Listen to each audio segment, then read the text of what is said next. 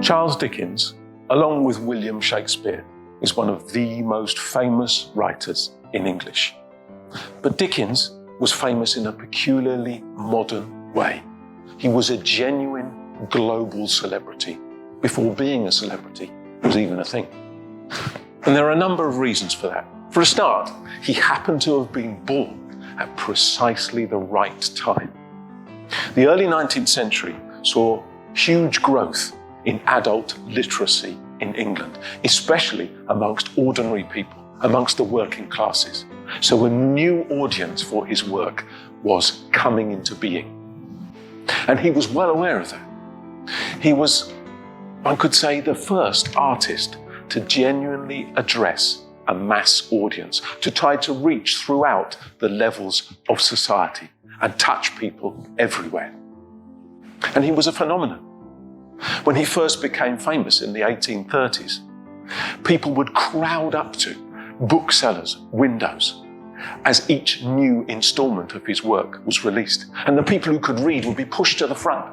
So they would call out the text, or at least those parts of it that they could see, for the people who were standing several rows back, who would then laugh and cry and applaud in the street.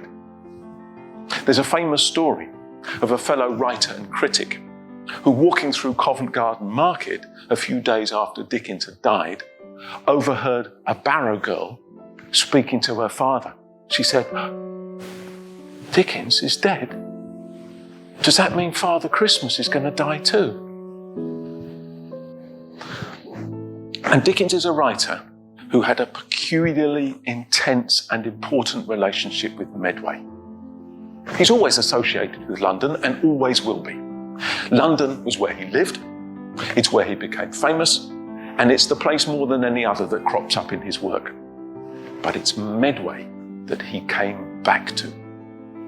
He came here first as a child because his father worked at the dockyard, and they were years of peculiar importance to him.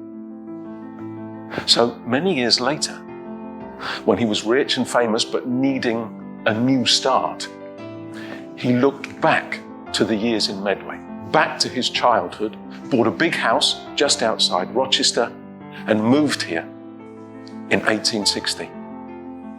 And it's there he produces his late masterpieces, Great Expectations, but also really important essays and journalism, where he looks at the Medway of the 1860s with the eyes of an adult, but is also thinking with the mind of a child, the child he had been when he lived here in the early 19th century.